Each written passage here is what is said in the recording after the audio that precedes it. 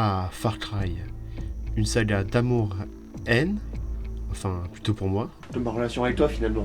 Moi aussi je te déteste, t'inquiète pas. Oui, donc Far Cry, une saga entamée en 2004 qui, dès Far Cry 2, sera entièrement développée et éditée par Ubisoft. Et la suite de l'histoire, vous la connaissez. Far Cry 3, Far Cry 3 Blood Dragon, Far Cry 4, Far Cry Primal, Far Cry 5, Far Cry New Dawn et évidemment Far Cry 6, le dernier en liste. Et je croise les doigts et je prie tous les dieux pour que ce soit le dernier tout court. Des jeux qui se ressemblent de plus en plus, tout en étant toujours plus propres techniquement, mais qui sont de plus en plus des coquilles vides. Notamment Far Cry 6 qui restera pour moi un jeu qui est équivalent à un Your Nature, parce que bordel, qu'est-ce que c'est fade. Peut-être un jour je ferai un test sur ce trou noir signé Ubisoft, mais bon là on n'est pas là pour parler de ça. Je pense à arrêter de teaser. Mais tout ça pour dire que c'est une saga qui est de plus en plus mal barrée, et aujourd'hui on va s'intéresser à Far Cry avant, entre guillemets, Far Cry, c'est-à-dire une époque où Far Cry n'était pas simplement un roller coaster avec des explosions et des méchants complètement barjots, et qui, entre guillemets, font toute la promo du jeu. Donc aujourd'hui, c'est Far Cry 2.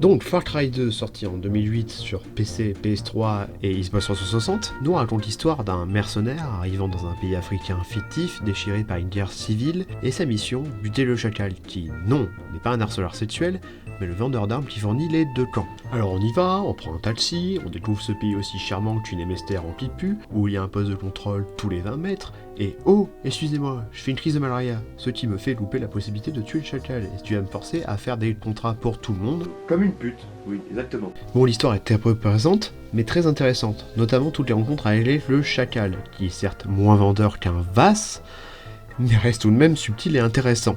Le jeu a beau 17 ans, il reste très beau.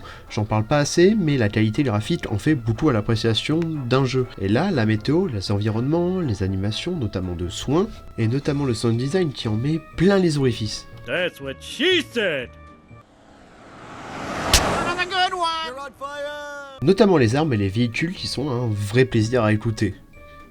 Enfin, qui sont bien faites. Mais maintenant, on va parler de la qualité principale du jeu, son gameplay. Là, vous dites très probablement... Sûrement les Far Cry 3 moins bien et en Afrique. Vous avez tort. En fait, le gameplay de Far Cry 2 est celui qui est le plus différent des autres opus, car là, c'est pas un jeu où vous êtes une machine de guerre qui peut vider un pays seulement avec une machette, mais un mercenaire fragile dans un environnement profondément imprévisible.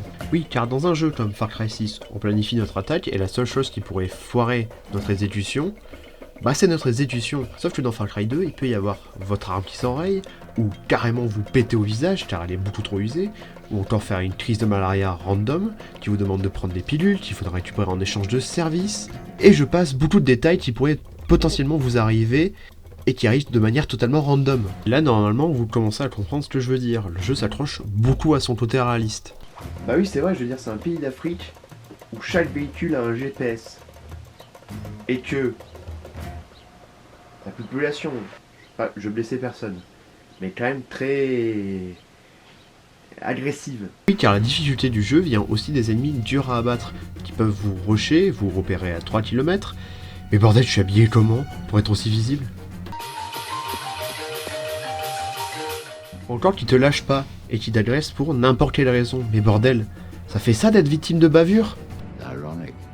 Bon, je chipote, mais le réalisme est putain de génial, parce que j'en ai pas parlé de tous les détails, comme le feu, évidemment, qui peut être déclenché par n'importe quoi, et qui se répand en un rien de temps, et qui peut tout détruire sur son passage. Qui peut être une bonne chose, certes, en transformant vos ennemis en façon barbecue, mais aussi un vrai frein, parce que tirer sur une boîte de munitions, tirer le lance-roquette, et le feu causé par la déflagration, bah vous brûle le cul, ou encore tout simplement une grenade mal placée, ou même une voiture mal réparée, parce que figurez-vous que dans ce pays, il est impossible d'avoir un rendez-vous chez Renault, donc go réparer vos voitures tout seul, et le faire souvent, croyez-moi. Je vous ai même pas parlé du fait qu'il faut se guider avec une carte diégétique, et que l'interface est très épurée, pas de réticule, pas de marqueur à la con qui te nique l'écran. Mais vous vous doutez bien que le jeu a quelques défauts, comme l'absence totale de civils, que j'aurais bien voulu violer 2 ou 3 fois la convention de Genève, juste pour rigoler. Et le fait que 2 factions te tapent toujours dessus, même si tu bosses pour eux, et que il est impossible de les différencier. Dans leur camp, attention, ils ont pas de signe, ils ont pas d'uniforme.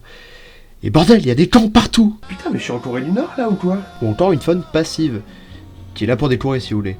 Mais tout ça aurait pu être grandement amélioré si le jeu avait une suite dans le même style, au lieu de Far Cry 3, qui est les actes opposés de Far Cry 2 quand on y pense. Mais ce qui est génial surtout, c'est un jeu avec des partis pris. Ce qui, on va pas se mentir, manque de plus en plus dans l'industrie du AAA, surtout chez Ubisoft, le parti pris de la difficulté réaliste.